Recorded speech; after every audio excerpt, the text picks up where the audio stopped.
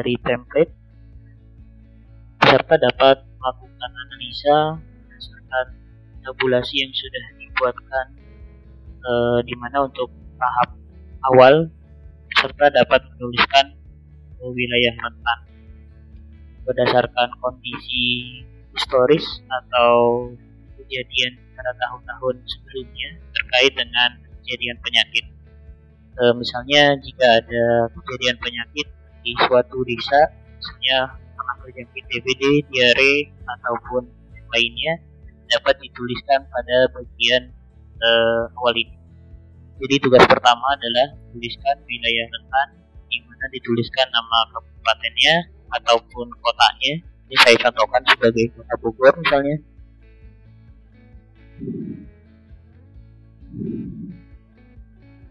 Lalu dituliskan juga nama kecamatannya.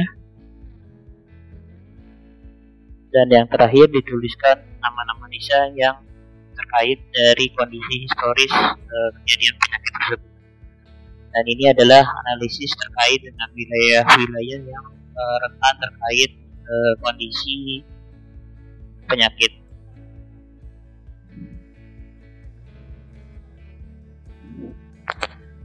Selanjutnya, untuk tahap pertama yang dilakukan adalah terkait identifikasi dampak perubahan iklim fokus bidang kesehatan.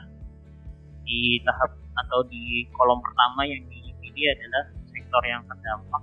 Jadi yang bisa dipilih di sini adalah terkait dengan sektor kesehatan, karena kita fokus pada kejadian penyakit dan juga bagian kesehatan. Lalu nanti dipilih juga bahaya iklimnya apa. Jadi bahaya iklim ini ada 4 pilihan, ada DBD, malaria, diare, dan juga pneumonia.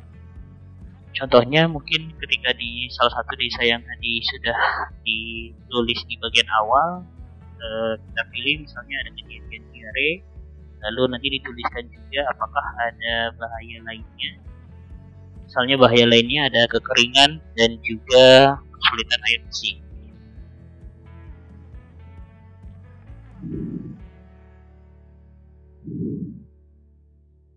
Nah, lalu dilihat juga bagaimana tren atau frekuensi kejadian bahaya di 5 tahun terakhir. Apakah contohnya ini ketika kita memilih diare, apakah dalam 5 tahun terakhir ada peningkatan atau ada penurunan atau sesuai dengan musim. Misalnya kejadian diare ini terjadi di musim hujan. Nah, itu bisa dikatakan bahwa dia sesuai tren musim. Jika ada peningkatan, maka pilih peningkatan. Ini saya contohkan sebagai ada peningkatan dalam 5 tahun terakhir.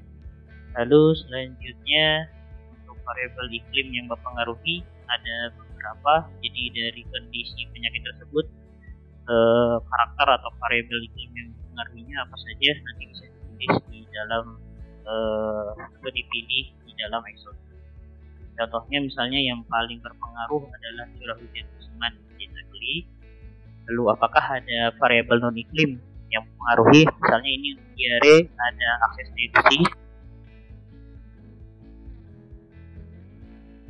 Lalu untuk dampak historisnya bisa dituliskan, misalnya ini untuk kejadian diare dalam 5 tahun terakhir atau beberapa tahun terakhir ada berapa kasus kejadian di desa tersebut. Lalu untuk tahun kejadiannya nanti bisa dituliskan secara detail. Misalnya ini terjadi di tahun 2022. Setelah melakukan identifikasi dampak perubahan iklim fokus bidang kesehatan, kita lanjut ke bagian kedua, yaitu identifikasi proyeksi iklim masa depan. Untuk identifikasi proyeksi iklim masa depan, ada 2 tools yang kita gunakan. Yang pertama adalah aplikasi API Kemkes, dan juga satu lagi adalah portal adaptasi dari Kementerian Lingkungan Hidup dan Kehutanan. Untuk API Kemkes ini digunakan untuk melihat nilai spesifik data atau variabel iklim yang terkait dengan kondisi kesehatan. Contohnya ini curah hujan tahunan, curah hujan musiman, curah hujan bulanan, suhu udara tahunan, suhu udara musiman, dan juga suhu udara bulanan. Nah, di sini untuk melihat nilainya kita bisa menggunakan aplikasi APIK. Nah, ini untuk cara membukanya, kita buka aplikasi APIK-nya. lalu kita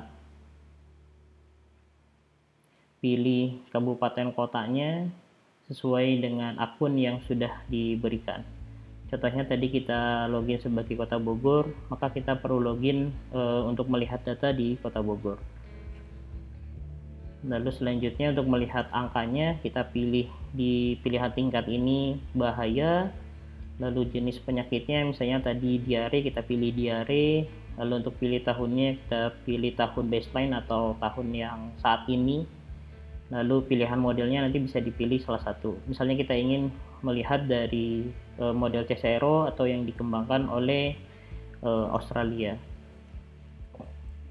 Nah, ini kita buka Provinsi Jawa Barat, lalu buka di Kota Bogor, lalu pilih desa yang tadi kita pilih sebagai kasus atau wilayah rentan di tahun-tahun sebelumnya. Misalnya ini tadi kita pilih Pamoyanan. Nah, nanti di sini akan ada visualisasi ataupun angka-angka terkait dengan variabel iklim yang tadi dibutuhkan. Contohnya ini untuk curah hujan rata-rata tahunan, ini ada angkanya di 2736. Ini tinggal kita copy saja, lalu kita pindahkan angka tersebut ke dalam Excel yang tadi sudah disiapkan. Lalu untuk curah hujan musimannya sama juga, kita kembali ke aplikasinya. Ini curah hujan musimannya kita copy pastekan. Lalu untuk curah hujan bulanan juga sama, kita lakukan hal yang sama.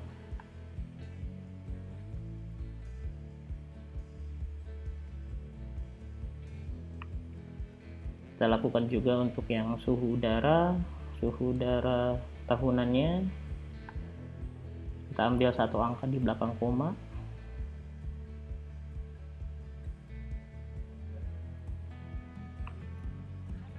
Oke, lalu kita masukkan juga untuk suhu udara musimannya.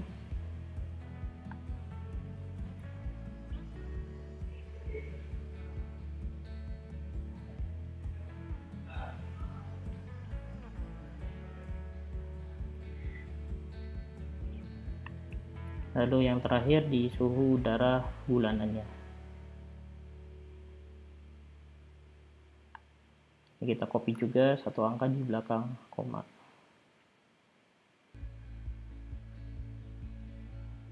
Selanjutnya untuk melihat tren perubahan atau tren variabel iklim tersebut, kita bisa menggunakan aplikasi dari adaptasi PPI menlhk.go.id. Ini kita klik dan kita buka, dan ini adalah tampilan dari aplikasi adaptasi PPI menlhk.go.id. Untuk melihatnya kita buka bagian proyeksi iklim, lalu pilih data tadi curah hujan, lalu pilih tahunan dan juga periodenya kita lihat terkait dengan perubahannya. Tadi sebagai contoh kita menggunakan data model C0 dan untuk emisinya kita gunakan yang RCP 4,5. Lalu kita proses petanya.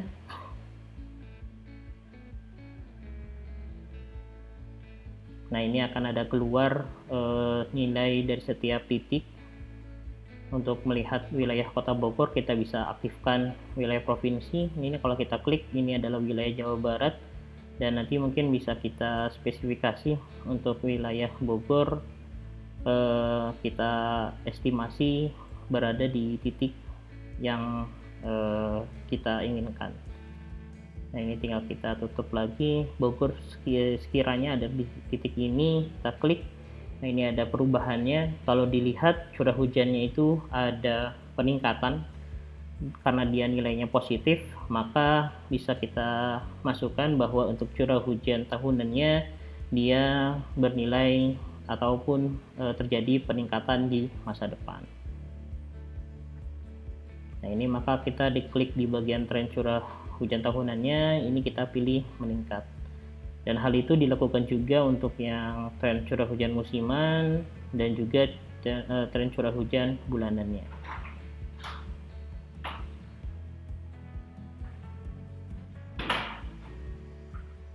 Dilakukan juga melihat trennya menggunakan aplikasi adaptasi PPI LHK. Kita buka terlebih dahulu. Ya, nanti setelah tampilan web updata si KLHK ini, kita pilih peta bagian proyeksi, lalu pilih data untuk suhu udara, lalu pilih skala tahunannya, dan untuk periodenya kita pilih perubahan. Untuk skenario-nya kita samakan pakai C0, dan untuk emisinya di RCP 45. Lalu kita proses peta sampai ada perubahan tampilan. Nah, ini baru kita lihat berapa perubahan suhu untuk di wilayah Kota Bogor. Nah, ini bisa kita lihat untuk detail provinsinya, dan kita bisa perkirakan untuk Kota Bogor ada di sekitar titik ini. Kalau diklik, nah ini ada suhu udara di angka 0,81, menunjukkan bahwa ada peningkatan suhu udara untuk suhu udara tahunannya. Kita kembali ke Excel-nya, lalu kita pilih di bagian tren suhu udara tahunan.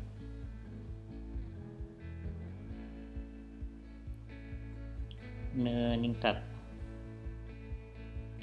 kita pilih meningkat, dan ini dilakukan juga untuk tren suhu musiman dan juga bulanan menggunakan website aplikasi adaptasi dari KLHK.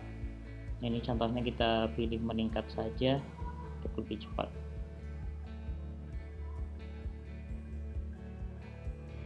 Melakukan simulasi potensi bahaya penyakit akibat perubahan iklim.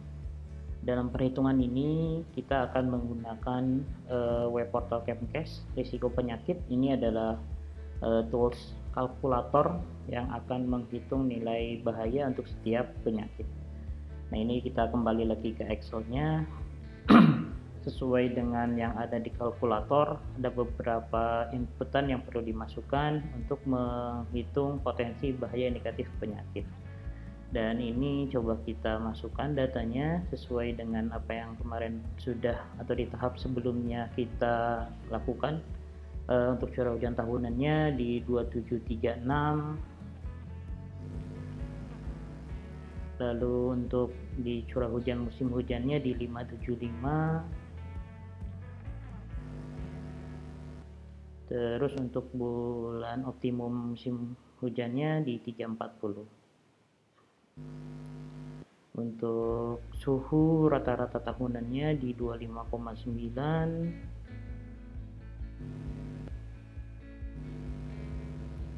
Lalu untuk di musim hujannya kita masukkan di 26,4. Sedangkan untuk di curah hujan bulanan di 25,6. Nah, ini kita pilih dulu untuk jenis penyakit DBD, lalu kita hitung.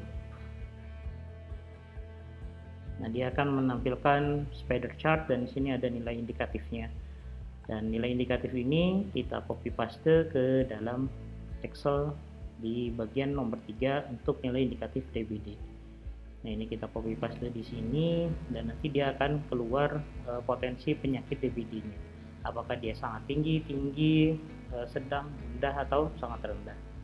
Ini dilakukan juga untuk penilaian malaria. Tinggal kita ganti saja untuk jenis penyakitnya, kita kembali ke perhitungan, dan ini tinggal dipilih jenis penyakitnya sesuai perhitungan apa yang kita butuhkan. Di sini ada malaria, diare, pneumonia. Semuanya dilakukan dengan memasukkan data yang sama, lalu nanti untuk hasilnya dimasukkan ke dalam sheet di bagian nomor 3, yaitu simulasi potensi bahaya penyakit akibat perubahan iklim. Indikatif diisi, maka kita lanjutkan mengisi existing program aksi respon bahaya iklim yang sudah berjalan di desa yang tadi kita sudah isikan di bagian awal untuk di wilayah rentan. Nah, ini contohnya misalnya karena diare, dia existingnya adalah pemeriksaan balita secara berkala misalnya. Lalu kontribusi para pihaknya di sana ada Dinas Kesehatan dan juga dari kadar puskesmas. Lalu perannya apa? Misalnya pertama ada sosialisasi, dan juga yang kedua ada keduanya pendampingan. Lalu untuk lokasinya apakah sudah jadi prioritas atau tidak, nanti tinggal dipilih. Misalnya untuk wilayah ini merupakan wilayah yang cukup banyak terjadi penyakit, maka perlu dijadikan prioritas.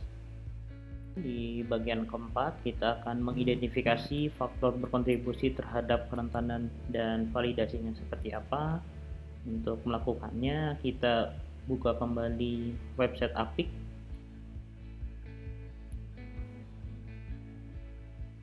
Nah, untuk melihat faktor yang berkontribusi, kita lihat di bagian kerentanan, lalu pilih jenisnya APIC, pilih tahunnya saat ini, dan pilihan wilayahnya di tingkat desa. Lalu kita jalankan. Untuk petanya, kita buka wilayah Jawa Barat, dan kita buka untuk wilayah Bogor, dan klik untuk wilayah desa ataupun kelurahan sesuai dengan wilayah yang sudah kita masukkan sebelumnya.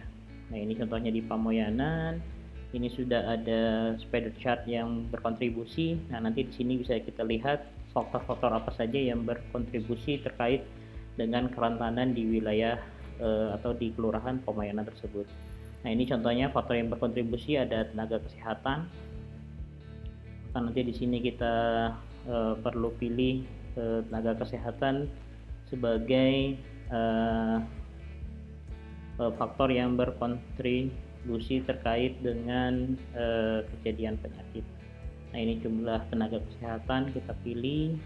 Lalu selanjutnya apa saja yang berkontribusi, ada fasilitas kesehatan, kita pilih juga fasilitas kesehatan. Lalu kita pilih lagi yang di sini ada pendukung fasilitas kesehatan. Nah, ini akses ke fasilitas kesehatan di pusat kota. Lalu untuk formulir-formulir atau kontribusi yang lainnya nanti bisa dilihat dan dimasukkan ke dalam tabel yang sudah tersedia di bagian nomor 4 ini. Nah, kita akan melakukan perumusan aksi untuk wilayah yang rentan tadi. Ini ada rekomendasi aksi adaptasi, misalnya perbaikan kualitas air dan lingkungan. Nah, ini sensitivitas aksi terhadap variabel iklim. Karena ini kualitas air dan lingkungan, pasti ini ada kontribusinya terkait dengan curah hujan, maka ini masuk ke wilayah tinggi. Suhu udara pun masuk ke sedang karena dia cukup mempengaruhi juga terkait tersediaan air dan juga kelembaban juga. Mungkin ini masuk ke bagian yang sedang. Ini kita identifikasi, lalu kita akan masuk selanjutnya ke penyusunan aksi prioritas. Nah, ini kita bisa pilih di bagian pertama ada besar biaya dibutuhkan, apakah dalam proses perbaikan kualitas air dan lingkungan biaya yang dibutuhkan besar. Ini nanti bisa dipilih tinggi, sedang, rendah. Terus kendala pelaksanaan adaptasinya apakah dia di tinggi, sedang, atau rendah. Manfaat pelaksanaannya apakah sangat tinggi atau rendah atau bagaimana. Terus skala urgensi adaptasinya apakah sangat tinggi, rendah, sedang. Lalu untuk kesesuaian adaptasi dengan program pembangunan apakah sudah sesuai atau tidak. Nah, ini bagaimana tingkatannya juga. Lalu periode manfaatnya seperti apa. Ini kita isi. Lalu nanti di bagian poin 6 ini dia akan masuk ke dalam prioritas aksi. Ini nanti akan berubah apakah dia masuk ke prioritas atau sangat prioritas berdasarkan hasil pengisian yang sudah dilakukan di tabel 6 ini. Dan nanti kita tambahkan penjelasannya untuk rangka waktu pelaksanaannya apakah di jangka pendek, jangka menengah, atau di jangka panjang.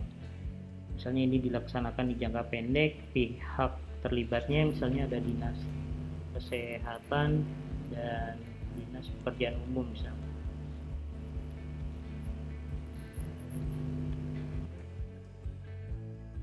Kita akan melakukan hasil analisa dan rekaman informasi. Ini untuk lokasinya akan otomatis sesuai dengan apa yang sudah kita isi sebelumnya. Lokasi prioritasnya juga apakah dia masuk ke prioritas atau tidak. Lalu rekomendasi aksi adaptasinya apa, misalnya melakukan pendampingan dan penyuluhan, lalu rangka waktu pelaksananya kapan, jangka pendek, lalu untuk dinas yang terlibatnya apa sesuai dengan data yang tadi kita input. Dan ini adalah hasil analisa dan rangkuman informasi.